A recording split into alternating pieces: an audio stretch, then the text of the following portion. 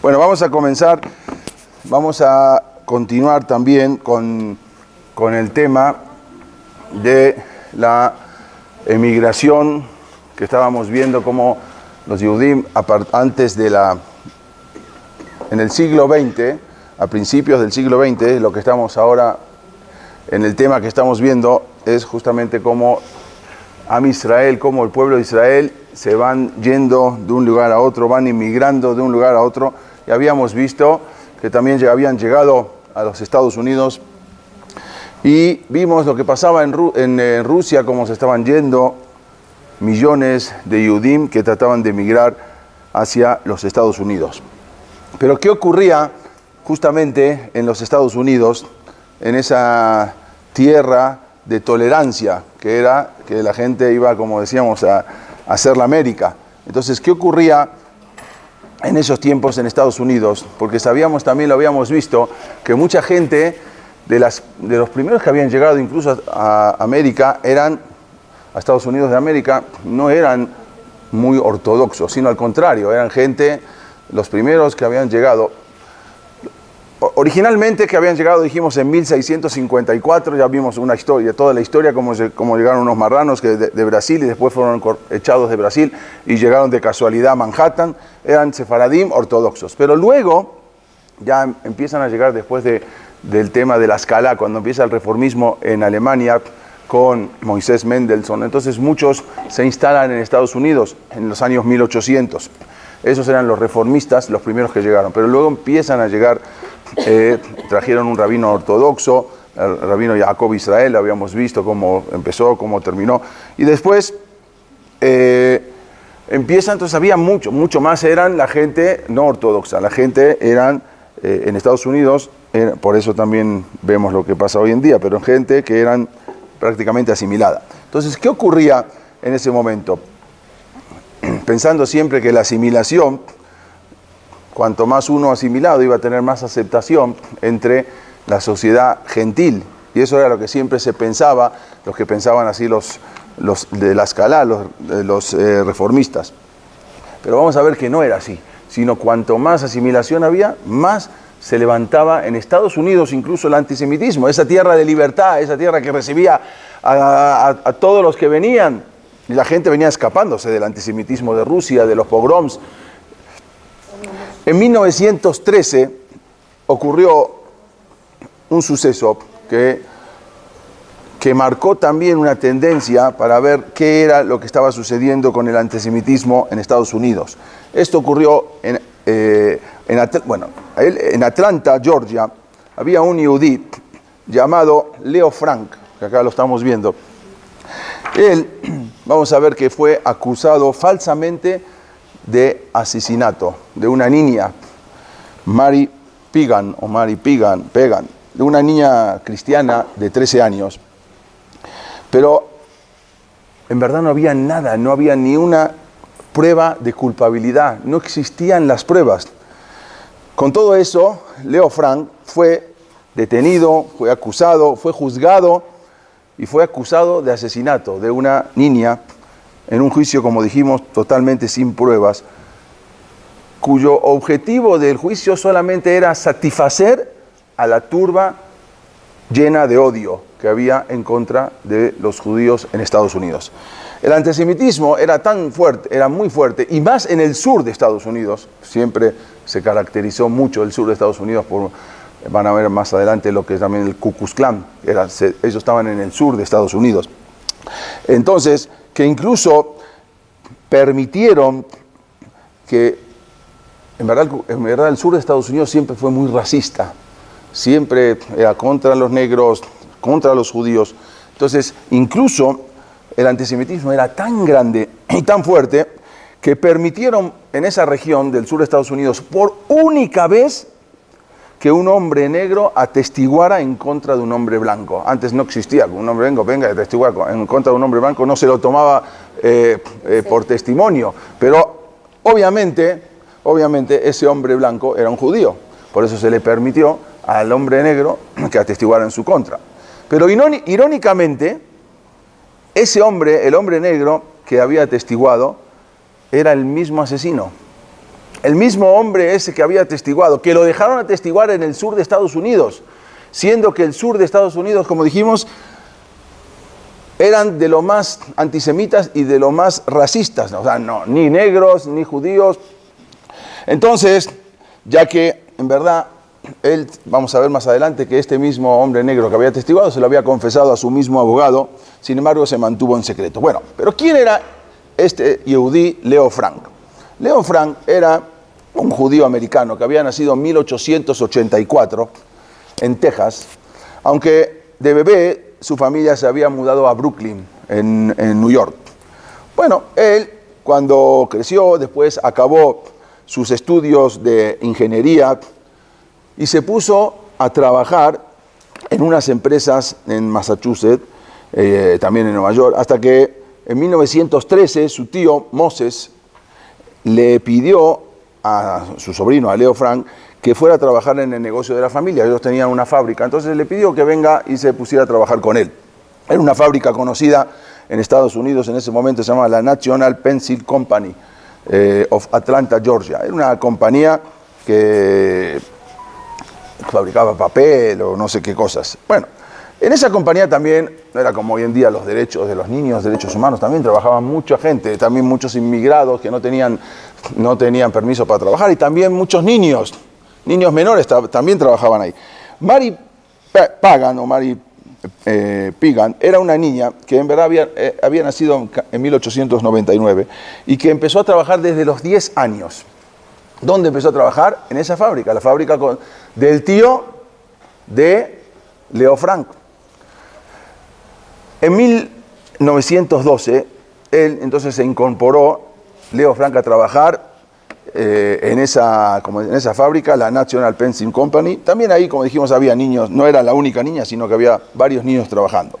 Pero un día 27 de abril de 1913, descubrieron dentro de la fábrica el cadáver de la niña, una niña de 10 años, que trabajaba ahí y tenía varios signos de violencia en su cara, en su cabeza, tenía sangre que salía de los oídos, de su boca, e incluso tenía una cuerda amarrada al cuello. Y así encontraron a la niña adentro de la fábrica. Incluso había huellas, las huellas dactilares con sangre en la ropa de la niña.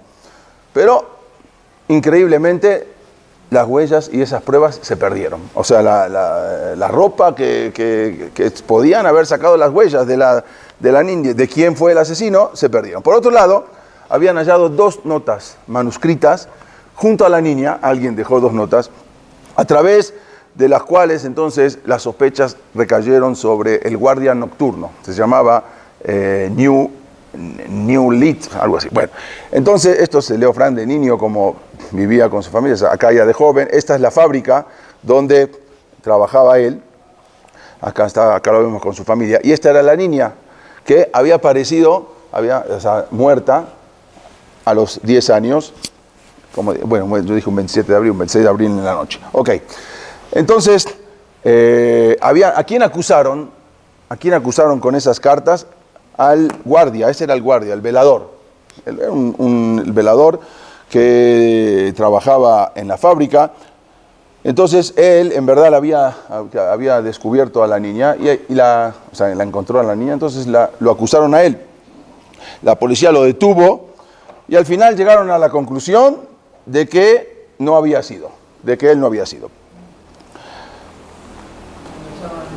¿Qué pasó? Incluso dijimos, una camisa manchada con sangre que había sido, él la encontró, este guardia que la había encontrado, hasta que al final, esa no tenía, la encontraron con sangre, la de huellas dactilares no la había encontrado, y al final, esa camisa con sangre, la fiscalía consideró que había sido puesta ahí por el judío. O sea, no había pruebas de nada, pero dijeron, había mucho antisemitismo, entonces a alguien se le ocurrió decir que el yehudí, que el sobrino del dueño, Leo Frank, que era un joven, entonces él seguramente agarró esa camisa y la puso ahí para que no lo acusen a él. Entonces los periódicos de aquella época empezaron a lanzar la noticia todos en contra del judío y obvio en contra de los judíos, y así la gente empezó a levantarse y a sospechar que el yehudí había sido Leo Frank el que asesinó a la niña. También habían detenido a John Conley, era un conserje de la fábrica, porque lo habían visto lavando la camisa, o sea, lo encontraron lavando esa camisa de la niña, que de repente está lavando la camisa, intentando ocultar la camisa, por lo tanto sospecharon que seguramente él había dejado también esas notas al lado del cadáver. Al principio, él negó, dijo, no, yo nunca dejé esas notas. Es más, declaró que yo no sabía ni leer, no sabía ni escribir, ¿cómo voy a dejar esa nota? Sin embargo, en verdad sí sabía leer y sabía escribir. Y así él después lo reveló posteriormente. Entonces, tuvo que cambiar su historia. Y lo increíble, que los jueces le fueron creyendo cada vez que cambiaba la historia, siempre queriendo acusar al Yehudí. Entonces tuvo que cambiar la historia e implicó al Yehudí, a Leo Frank, y declaró que él fue quien escribió la nota o le hizo escribir, mejor dicho. Sí sé escribir, pero él me dio dinero para que yo escriba esas notas y la deje al lado del cadáver. Así empezó a decir. La policía no creyó su testimonio y después de presionarlo vuelve a cambiar la historia. Y otra vez es increíble, es algo impresionante cómo fueron moviendo todo para acusar siempre al Yehudí. Ahora, Jim Conley declaró que Leo Frank le había contado que sin querer se le cayó a la niña, la tenía en sus brazos, se le cayó, no sé por qué la tenía en sus brazos, y que se golpeó la cabeza. Entonces había muerto y le pidió que le ayude a llevar el cuerpo y luego le hizo escribir unas notas. Ese fue ahora el tercer testimonio que fue cambiando. Entonces simplemente Leo Frank fue arrestado.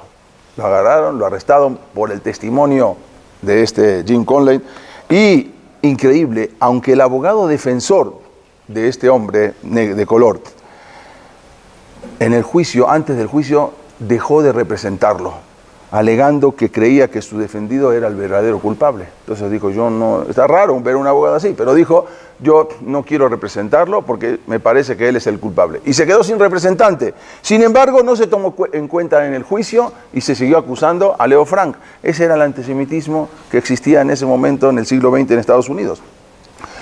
También hubo un testigo real en ese momento, pero no salió a la luz después de muchos años y vamos a ver quién fue.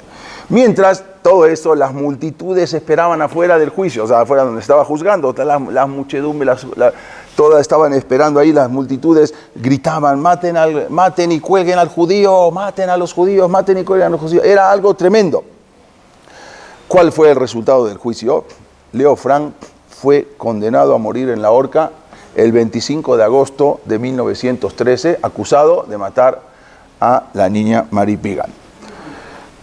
Bueno, tras un difícil proceso, un poco largo, el gobernador del estado de Georgia, que era ahí de Atlanta, Georgia, el gobernador se llamaba John Slatton,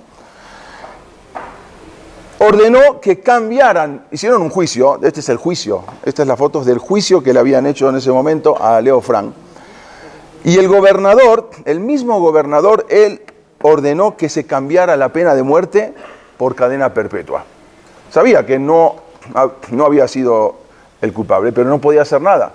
El juicio ya había dictaminado de esa manera. Entonces ahora lo único que pudo hacer es cambiar la orden de que lo iban de asesinato, que ya lo iban a matar, a ahorcar. En lugar de eso, cambiarlo por una cadena perpetua.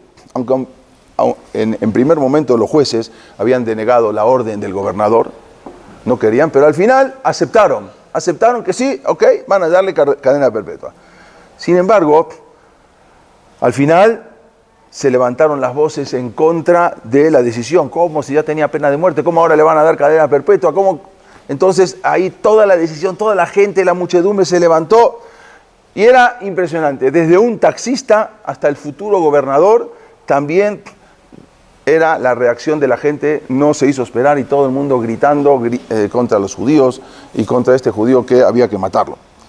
Entonces se formó un grupo, el grupo se llamó Los Caballeros de la Niña de Mary Pigan. Así se llamaba, así el grupo para defender los caballeros, porque ya había salido la sentencia que era cadena perpetua.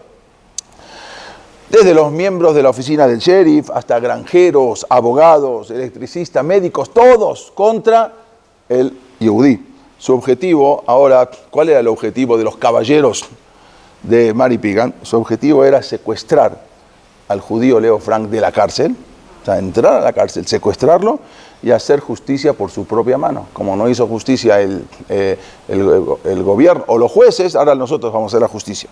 Entonces, ese era el grupo del propósito, el propósito del grupo de los caballeros de Mary Pigan. El 16 de agosto de 1913, de repente, 8 vehículos llegaron hasta la prisión.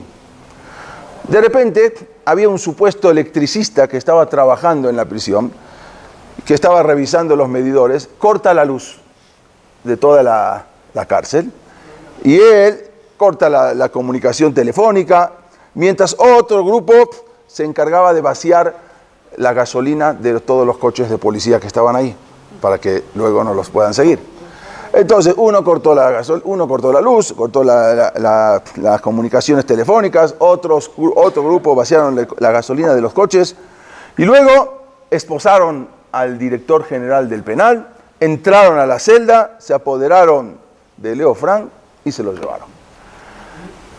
Luego de casi 7 horas de viaje, sin que fueran interceptados por ningún policía, 7 horas de viaje que se salían y iban todo en caravanas. Imagínense que no había nadie los interceptó o no los quisieron interceptar, llegaron hasta una pequeña localidad donde el ex sheriff de ahí, se llamaba William Frey, él había preparado todo un linchamiento, proporcionando la cuerda, proporcionando la mesa, cerca de la casa donde originalmente vivía la niña. Entonces lo llevaron prácticamente hasta casi donde vivía esa niña, y ahí fue un 17 de agosto de 1915, eran las 7 de la mañana, Leo Frank fue esposado y con las piernas atadas en los tobillos lo colgaron de la rama de un árbol, mirando en dirección hacia donde vivía la niña, Mary Pigan.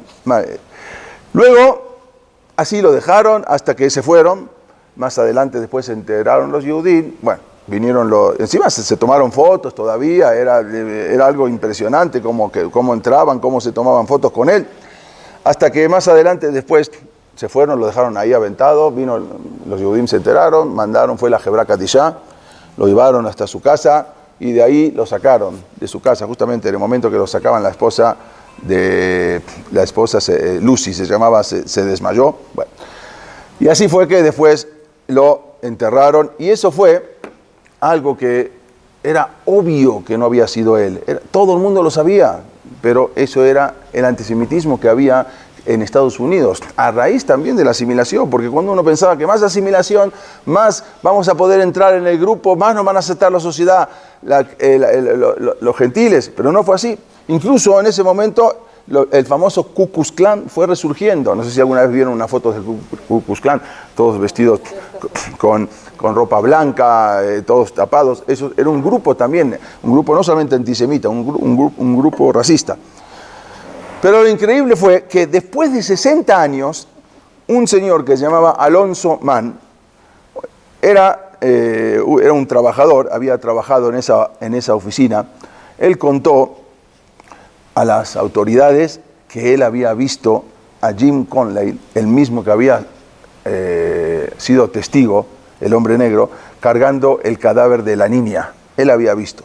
Y él dijo que en ese momento Jim Conley, que era el encargado de la fábrica, lo había amenazado de muerte si contaba. Y por lo tanto, cuando él fue a su casa, era joven, cuando él fue a su casa, los papás lo obligaron a callarse, porque si contaba lo iban a matar. Entonces los papás dijeron, él era, creo que era cubano, no sé qué. Bueno, entonces los papás lo obligaron a callarse y no pudo hablar, pero él había visto cómo llevaba el cadáver Jim Conley de la niña. Estamos hablando 60 años después. Pero ahora ya era un anciano, el entonces niño de la oficina, y ahora quiso contarlo todo para poder morir en paz. El señor ya estaba muy grande y dijo, yo necesito revelar algo, y para poder morir en paz, y reveló que había sido el asesino de la niña. Entonces, incluso lo pasaron a esa edad por la prueba del detector de mentiras, a ver si estaba inventando, quizás ya estaba desvariando un señor anciano. Pasó toda la prueba de mentiras. Se metió en ese momento la Liga Antidifamación de Estados Unidos y trabajó para lograr un perdón póstumo para Leo Frank. Perdón póstumo, ya murió. En 1986, el gobierno de Estados Unidos perdonó a Leo Frank. Ya, perdonó a Leo Frank. ¿De qué perdonó? Perdonó quiere decir que ya no tenía... Ya está limpio, no tenía... Después de 63 años, entonces Leo Frank recibió el perdón póstumo del estado de Georgia. Que algo impresionante, y esto era lo que estaba pasando en Estados Unidos con el antisemitismo, más que nada en el sur y en todo Estados Unidos. Incluso después del perdón póstumo le hicieron una placa en el lugar donde lo habían linchado, exactamente al lado del árbol, pusieron hasta hoy en día está una placa en recuerdo del linchamiento de Leo Frank, y después, bueno, obvio, no en Atlanta, en Georgia. Pero también había uno de los grandes promulgadores del antisemitismo en Estados Unidos, era un hombre muy famoso y un hombre muy rico que se llamaba Henry Ford. Él era el dueño, claro, exactamente, el dueño de la automotriz, de la fábrica de Ford. Él era muy rico y usó su propio dinero para imprimir un libro que ya se había publicado en Rusia, pero todavía en Estados Unidos no era muy conocido ni muy famoso. Se llamaba el libro Los Protocolos de Sion. Vamos a ver qué es esto. Entonces, él lo trajo a Estados Unidos y lo mandó a imprimir. Y lo mandó a traducir en inglés y a distribuir lo más amplio posible en todo Estados Unidos. Este señor Henry Ford. Esto fue algo que dio lugar, en verdad, este libro, que hasta hoy en día es de los más vendidos en Amazon. ¿Sí? ¿Se puede encontrar en Amazon? Sí. Ahora vamos a ver, fue algo que dio lugar a los peores engaños respecto a los judíos, y aunque parezca mentira, sigue vivo y se sigue vendiendo muy fuerte en la actualidad. Ahora vamos a ver, ¿cómo se hizo este libro? Fue en 1903, se hizo en Rusia, la policía secreta rusa comenzó a hacer circular una falsificación que llegó a ser el documento antisemita más famoso de la historia, este libro, Los Protocolos de Sion. Y este es el que él trajo, Henry Ford, a los Estados Unidos. No lo hizo, pero lo importó y lo tradujo y lo distribuyó, todo con su dinero. ¿Qué son ese libro? ¿Qué habla Los Protocolos de Sion? Esos son libros que pretenden ser como unas actas, los voy a mostrar acá un poco, ahora que está por acá. Son unas actas que supuestamente ahí habla de un encuentro secreto entre los líderes judíos de todo el mundo. O sea, como que se reúnen una vez cada 100 años, los principales líderes judíos del mundo. Y el objetivo, ¿cuál es? De esa reunión es planear cómo manipular y cómo controlar el mundo durante los siguientes 100 años. O sea, supuestamente se juntan ahí los judíos, los principales líderes judíos, y van proyectando y van programando cómo se va a manejar y cómo se va a manipular y cómo se va a controlar el mundo durante los próximos 100 años. Aunque parezca mentira, búsquenlo, están por todo internet y hasta hoy en día se sigue diciendo lo mismo. Por más ridículo que esto parezca, esos protocolos de Sion fueron considerados como una prueba de que el mundo era dominado por los judíos, incluso haciéndolos responsables de todos los problemas del planeta. Y eso no estamos muy lejos hasta hoy en día.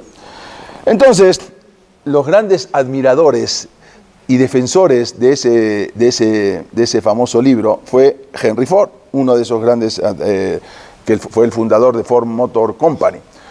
Otro de esos grandes admiradores fue Adolf Hitler, que en base a este libro después él hizo también Mi lucha, ¿sí? El libro también famoso de Hitler. Después también otro de los grandes admiradores de ese libro fue Gamal Abdel Nasser, que era el presidente de Egipto, también un antisemita, o el rey Faisal de Arabia Saudita. A pesar de que esos protocolos estaba probado que se probaron que son totalmente una falsificación, estos son los trabajadores de la fábrica de Henry Ford, siguen siendo considerados una expresión de la peor clase de antisemitismo, esos libros. Y continúan vendiéndose los protocolos de Sion en las grandes cadenas y son ofrecidos en Amazon. Es increíble, y en Amazon es el segundo libro más vendido después de la Biblia. los protocolos de Sion. Estamos hablando, no, Hasbe Shalom no. No, nomás leí algunos párrafos para ver de qué se le trataba, pero no, leer el libro, incluso las librerías, es el libro el segundo libro más vendido de las librerías Barnes & Noble. No sé si todavía siguen esas librerías, pero eran de las más famosas, y todo eso en nombre de la libertad de expresión. Cada uno puede publicar y expresarse como sea. Increíblemente, él lo trajo a Estados Unidos y lo pasó a publicar y lo dio a conocer. Esa planta que él tenía, la Ford Motor Company en Michigan, tenía el siguiente cartel en su estacionamiento, que lo había puesto Henry Ford. Y el cartel decía: los judíos son traidores de los Estados Unidos y los gentiles no deberían confiar en ellos. Ese era el cartel que tenía en la entrada de su fábrica, Ford Motor Company. Y él seguía diciendo: los judíos enseñan comunismo, los judíos enseñan ateísmo, los judíos destruyen el cristianismo, los judíos controlan la prensa, los judíos producen películas sucias, los judíos controlan el dinero. Pero Henry Ford no era el único, también había otros. Había un periódico antisemita que también él tenía injerencia, era uno de los socios, se llamaba The Defender, así se llamaba. Es un periódico que tenía 10.000 suscriptores. O sea, era algo, se leía muchísimo ese periódico, y bajo el disfraz del patriotismo defendían la idea de que los judíos eran la raíz de los problemas económicos en Estados Unidos. Así salía en los periódicos en esos momentos. Y más que era en ese momento cuando había sido la Gran Depresión en Estados Unidos en 1929, que fue tremenda, una depresión económica, que se cayeron las bolsas, se cayeron prácticamente todos Estados Unidos, y decían que eran los judíos, fueron los judíos porque ellos eran los que controlaban el comercio y los que controlaban los bancos, y estos periódicos aprovecharon también. Era algo increíble cómo se levantaba en ese momento. Este es un lema que había dicho también Henry Ford. Decía: no necesitamos la Liga de Naciones para poner fin a la guerra. Bueno, eso cuando fue la guerra. Dice: poned bajo control a los 50 financieros judíos más ricos que producen guerras para su único provecho, y las guerras cesarán. O sea, no paren las guerras, nada más detengan a los judíos y la guerra va a parar. Era algo impresionante, pero como dijimos, algo pasó. ¿Qué pasó? Nada, los judíos... Mire, si un yehudí hace un Hilul Hashem, desgraciadamente, son todos los judíos. Si un yehudí hace un Kiddush Hashem, también son todos los judíos. Pero si viene un gentil y hace algo malo, no van a decir todos los cristianos son iguales. Eso no existe en el mundo, que van a decir todos los cristianos. Si vino alguien y mató a un asesino, van a decir: todos los cristianos son asesinos. No, fue. Pero si un judío sí mata, van a decir todos los judíos son asesinos. Este es el libro también que había hecho Henry Ford. Aparte de ese libro, hizo otro libro que se llama El Judío Internacional, que era un libro también donde... que decía el problema del mundo. Él mismo, ese sí lo había hecho él, Henry Ford. Fue algo tremendo lo que habían pasado. Incluso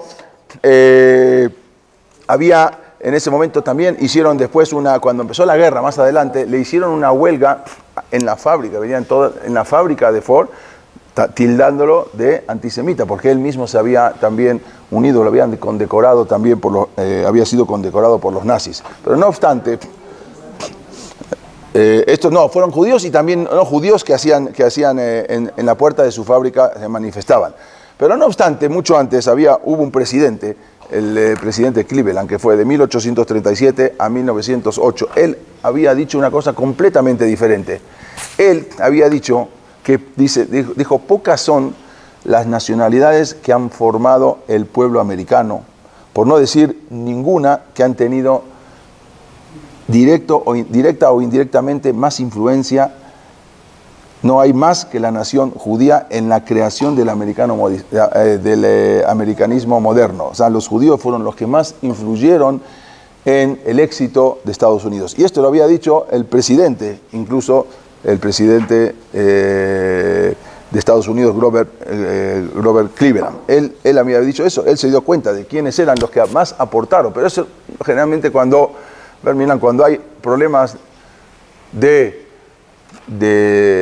Hilul Hashem, y cuando alguien se enoja, y ahí entonces ahí ya se puede convertir lo peor en el peor antisemita, y eso fue lo que pasó con Henry Ford, que fue el que distribuyó y todo lo que fue ahí exactamente por...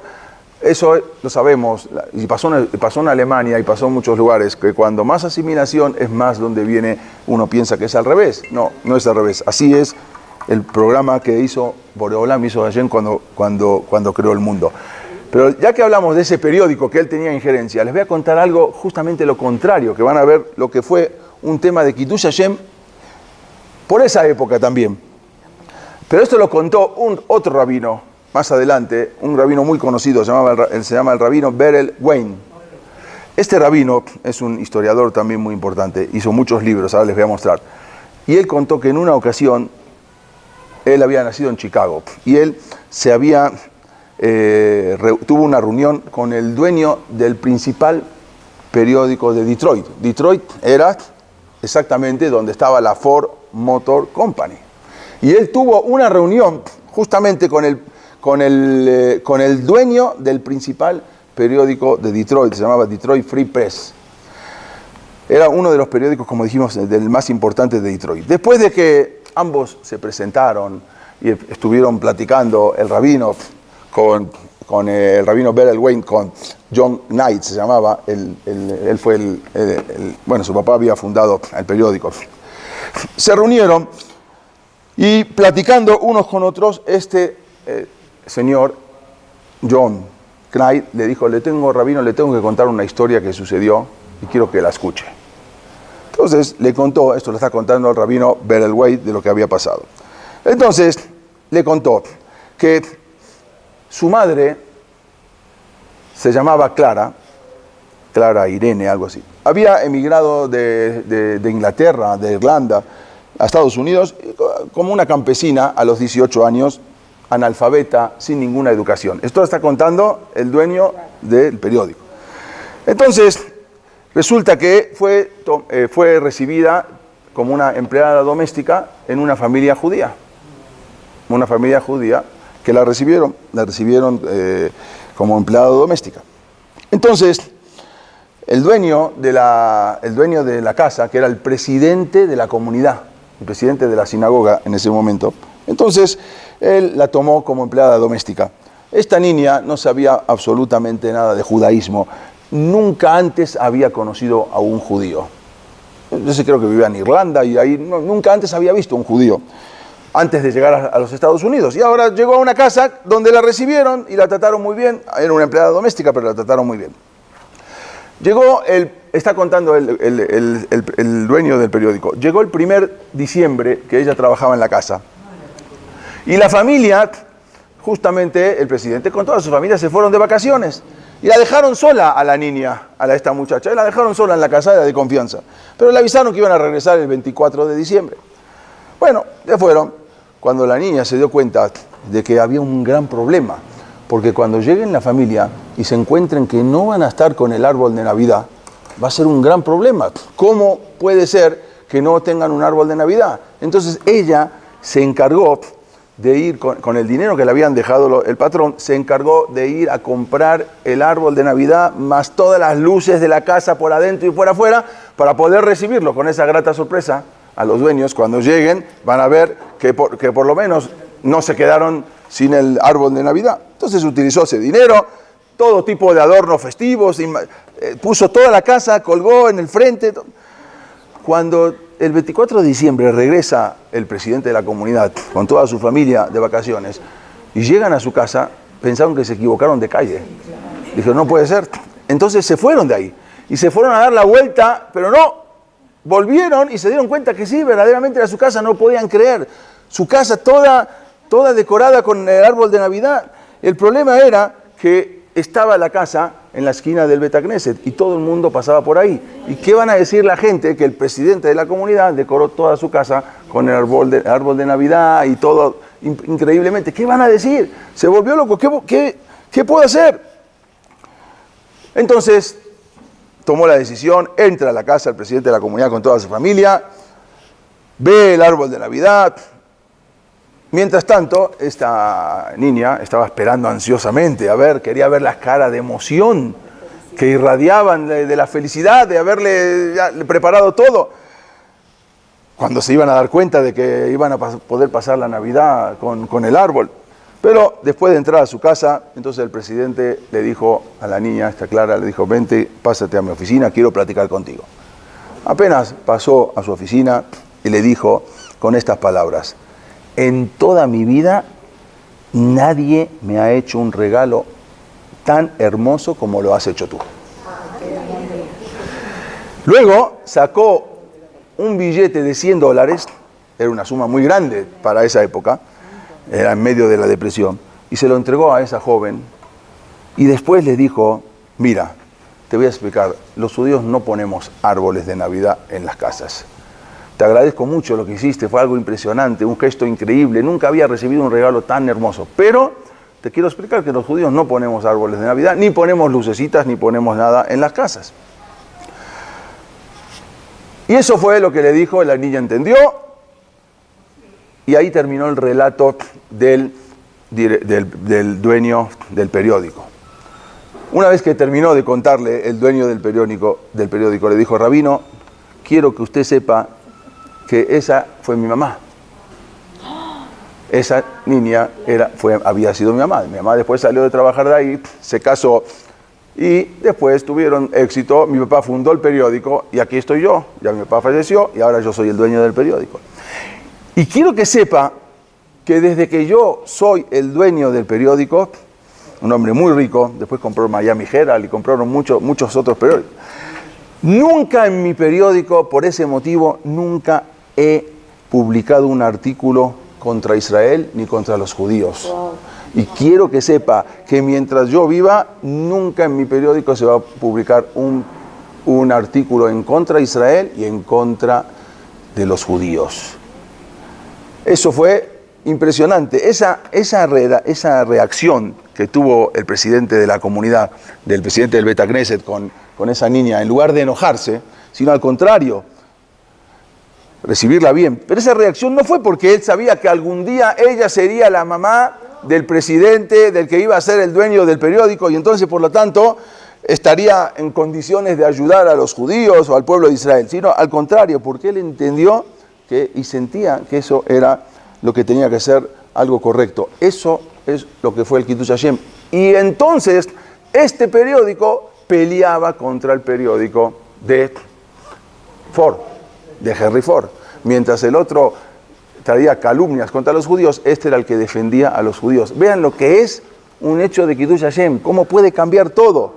Es impresionante. Esto es lo que contó el Rab Berel Wein. Incluso sacaba muchos artículos en favor de los judíos. Algo impresionante lo que es santificar el nombre de Hashem, lo que es hacer un Kiddush Hashem. Cuánta desgracia puede traer un Hilul Hashem. Tremendo, pero cuánta bondad y cuánto beneficio puede traer lo que es un Kiddush Hashem. A veces no sabemos, son cosas insignificantes, que si uno las hace, aún como devolver un cambio a la cajera del banco, me dio de más. Entonces, una vez pasó con una mujer, una señora que devolvió el cambio en un súper, no sé si era Walmart o Superama. Entonces, la cajera, cuando le devolvió, dijo, mire, no, es más, ya se había ido, después regresó, se lo devolvió. Y cuando se lo devolvió, dijo, sí, ya sé, los judíos son todos iguales, siempre devuelven lo que... Así le dijo, pues ya me había sucedido. Imagínense lo que es eso, lo que es un Kiddush Hashem. Hasta el Shulchan Aruch, dice el Baj, al lado, un comentarista del Shulchan Aruch dice, por ejemplo, a veces, ¿no?, devolver... Pero si uno no dice que es yehudí, no sirve. Si una persona es, en verdad, ta'ut goy mutar, una equivocación del goy, no es robar, pero es mucho mejor y es una misbah grandísima devolverlo y decirle, lo devuelvo. Y hay que decirle por qué lo devuelve. Si no devuelve sin decirle que eres yehudí, no sirve para nada. Tiene que decirle, yo devuelvo porque así me exige, porque si yo soy judío tengo que devolverlo. Tiene que decirlo. Él explica al lado, un comentarista del Shulchan Aruch dice, nunca vi a una persona que se hizo rico por quedarse con el cambio equivocadamente de un gentil. Aunque la halajá dice que se puede, yo nunca vi a alguien que se hizo rico. Pero, sin embargo, sí vi a gente que se hicieron ricos por devolver y por hacer ese Kiddush Hashem y devolver eso. Ahí sí vi gente que se hicieron ricos por devolver. Es impresionante. Y ya que estamos hablando de lo que es un Kiddush Hashem, me voy a saltar un poquito en las épocas y algo que lo habíamos una vez, no sé si lo dijimos acá una vez, pero fue una historia que esto fue más acontecido en nuestros tiempos, que pasó hace unos años. Es una historia digna de ser difundida, contada, de lo que es un Kiddush Hashem. Una persona muy rica, es un fabricante de ropa muy famoso, se llama Verdiger, un judío ortodoxo de Nueva York. Él tiene una compañía que produce ropa deportiva muy famosa. Y Sol Verdiger se llama. Verdiger, ahí está. Verdiger. Se pronuncia Verdiger. Él hace poco tiempo había recibido una llamada telefónica.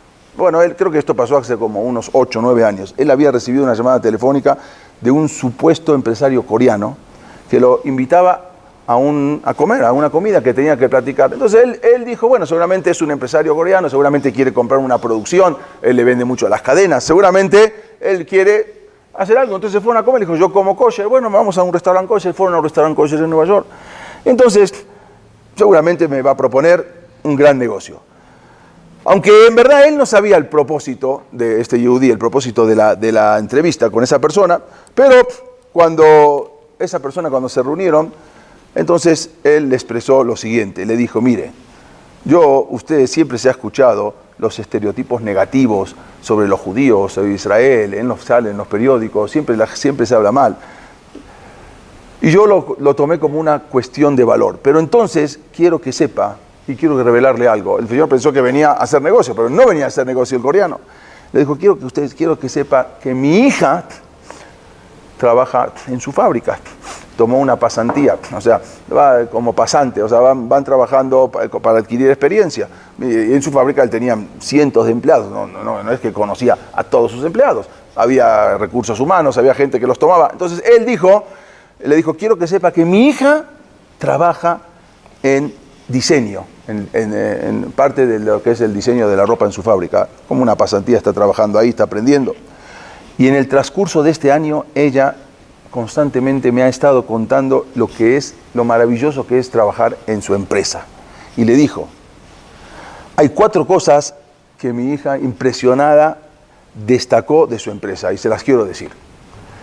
Le dice, lo primero, ella me contó que todos los días a la 1:30 p.m., sin importar lo que suceda en su oficina, sin importar lo que pase, todos los hombres se reúnen, incluso de las oficinas vecinas, y se encierran en una habitación para rezar. Todos los días a la 1:30. Vienen gente de otras fábricas, se juntan. Por otro lado, otra de las cosas que impresionó es que todos los viernes la oficina cierra temprano. O sea, todos los viernes en la tarde la oficina cierra temprano para prepararse para su sábado santo, y también cierran el sábado. Esto incluye también a los trabajadores, porque no es que cierran y todos los trabajadores se quedan trabajando hasta las 8 de la noche, sino que cierran a las 4 de la tarde y todos los trabajadores se van a sus casas, sin importar cuál sea la religión que profesen, todos se van y se retiran. También quiero que sepa que mi hija observó en su empresa que cada uno de los solicitantes de caridad que llegan, los shelihim, vamos a decirle, ¿no? Que vienen a juntar sedacá en su empresa, y que por cierto son muchos, todos son tratados con el máximo respeto y todos se retiran felices con un cheque en su mano. Eso también lo observó mi hija. Incluso quiero que sepa que mi hija fue tratada en su empresa con el mayor respeto y la mayor dignidad. Y entonces quiero decirle, continuó debido a esa increíble experiencia y a las lecciones que su compañía le ha enseñado a mi hija, quiero elaborar un cheque. O sea, yo le quiero hacer un cheque y devolverle todos los ingresos que ella obtuvo este año. O sea, yo a mi hija no necesito, yo soy una persona que estoy bien económicamente, y no necesito, nada más que mi hija fue ahí para una pasantía, fue para aprender, ustedes le pagaron, yo le saco un cheque y le voy a devolver todo lo que usted le ha pagado durante este año.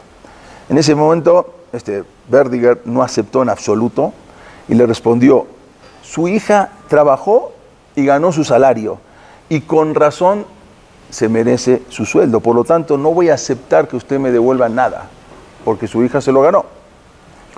Entonces el hombre coreano lo observó y le reveló su verdadero nombre. Y le dijo, soy John, o John es el embajador de Corea ante la ONU. Yo soy embajador de Corea del Sur ante la ONU. Y le dijo, no soy una simple persona, yo soy el embajador de Corea ante la ONU. Y entonces, como embajador de Corea, continuó diciéndole algo, le dijo, mire, como usted sabrá, yo tengo privilegios de votos en la ONU. Y debido ahora a mi renovado y aprecio por el pueblo judío, me abstuve de votar en 3 ocasiones contra Israel. Solamente por el hecho de que mi hija trabajó y lo que aprendió y lo que me contó, en 3 ocasiones tuve que votar contra Israel y me abstuve de votar. Incluso, le dijo, en una resolución obtuve el 9º voto necesario para aprobar la moción y resolución contra Israel. O sea, con mi voto era el voto decisivo para, en una ocasión, contra Israel, pero como yo me abstuve, entonces esa decisión no fue aprobada. En una de las ocasiones, por un voto que por mi abstención.